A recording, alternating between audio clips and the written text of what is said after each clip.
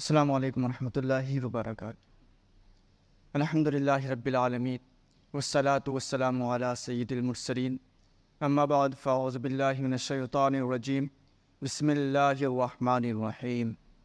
فرمان مصطفیٰ صلی اللہ تعالیٰ علیہ وسلم کہ جس نے مجھ پر ایک مرتبہ درود پاک پڑھا تو رب تبارک و تعالی اس پر 10 رحمت نازل فرماتا ہے، 10 گناہوں کو مٹاتا ہے اور 10 درجات بلند فرماتا ہے۔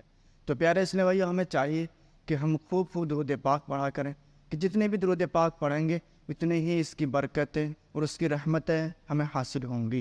صلو علی الحبیب صلی اللہ تعالیٰ علی محمد صلی اللہ تعالیٰ علیہ وسلم۔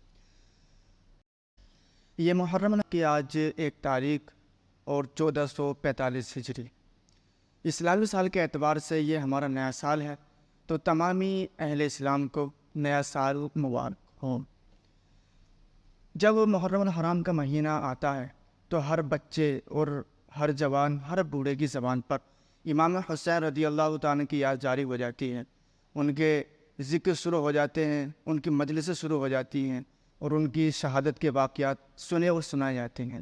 چنانچہ اسی کے متعلق انشاءاللہ آج کا بیان رہے گا، اور اس میں ہم کئی چیزیں سنیں گے، جیسے کہ صحابی کی کیا تعریف ہے، صحابی کسا کہتے ہیں، اور حضرت امیر معاویہ رضی اللہ تعالیٰ عنہ کے بعد ان کا جانشین کون بنا، اور اس کے بعد میں مدینہ منورہ کی گورنر ولید بن عقبہ کے اور امام حسین کی جو ملاقات ہوئی وہ کیسے ہوئی، اس کے بارے میں انشاءاللہ سنیں گے اور کچھ بھی سنیں گے۔ چنانچہ حضرت امیر معاویہ رضی اللہ تعالیٰ عنہ صحابی رسول ہیں، اور پیارے اسلام بھائیو، صحابی وہ خوش نصیب مسلمان ہوتا ہے جس نے ایمان کی حالت میں پیارے آقا صلی اللہ تعالیٰ علیہ وسلم کی زیارت کی ہو اور ایمان کی ہی حالت میں ان کا خاتمہ ہوا ہو۔ اور صحابیت وہ درجہ ہے کہ کوئی شخص خواہ کتنا ہی بڑا عابد ہو، عالم ہو، یا وہ غوث و قطب ہو، لیکن وہ صحابی کے درجے کو ہرگز نہیں پہنچ سکتا۔ صحابی کے شان میں رب تبارک و تعالی نے کئی جگہ پر قرآن پاک میں ان کی شان بیان فرمائی۔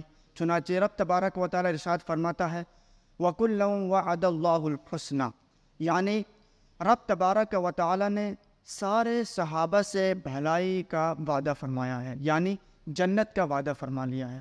اور دوسری جگہ رب تبارک و تعالی ارشاد فرماتا ہے رضی اللہ عنہم ورضوا عنہ، یعنی رب تبارک و تعالی ان سے راضی ہے اور یہ اللہ تبارک و تعالی سے راضی ہے۔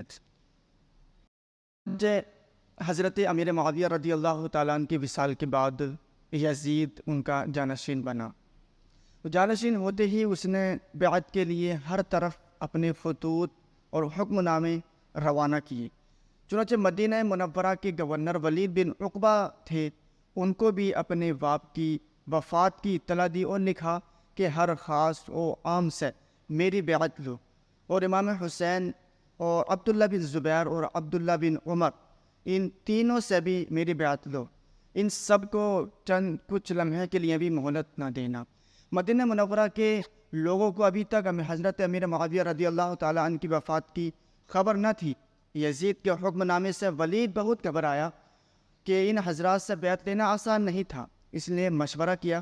اس نے مروان بن حکم کو بلایا اور اس سے مشورہ لیا کہ حضرت امام حسین رضی اللہ تعالیٰ عنہ اور حضرت عبداللہ بن زبیر اور حضرت عبداللہ بن عمر، ان لوگوں سے بیعت کیسے لی جائے۔ چنانچہ منورہ کے گورنر ولید نے مروان کو سے مشورہ کیا، بلایا اور اس سے پوچھا کہ ان تینوں سے کیسے بیعت لی جائے۔ تو مروان نے کہا کہ آپ ان لوگوں کو ابھی بلائیے، اگر آپ انہیں ابھی بلائیں اور ان سے ابھی بیعت لیں، اگر یہ بیعت کر لیتے ہیں تو ٹھیک ہے، اگر بیعت نہیں کرتے ہیں تو ان کو ابھی قتل کر دیا جائے۔ اس مشورے کے بعد گورنر ولید نے تینوں حضرات کو بلایا۔ حضرت امام حسین رضی اللہ تعالیٰ عنہ نے اپنے چند جوانوں کو ساتھ لیا اور روانہ ہو گئے۔ مکان کے باہر ان کو کھڑا کر دیا، فرمایا کہ اگر تم سنو کہ میری آواز بلند ہو رہی ہے تو تم فوراً اندر آ جانا، اور جب تک میں باہر نہ آ جاؤں یہاں سے ہرگز نہ جانا۔ پھر آپ اندر تشریف لے گئے۔ ولید نے آپ کو حضرت امیر معاویہ رضی اللہ تعالیٰ عنہ کی خبر سنائی اور یزید کی بیعت کے لیے کہا۔ آپ نے فرمایا کہ میرے جیسا آدمی اس طرح چھپ کر بیعت نہیں کر سکتا، آپ باہر نکل کر سب لوگوں سے بیعت کریں، باہر جا کر جب لوگوں سے بیعت کریں تو ان کے ساتھ ہی مجھ سے بھی بیعت کے لیے کہیں۔ لہٰذا من پسند ولی جو تھا وہ ایک من پسند تھا، جو مدینہ منورہ کا گورنر تھا وہ ایک امن پسند تھا آدمی تھا۔ اس نے کہا کہ اچھا آپ تشریف لے جائیے۔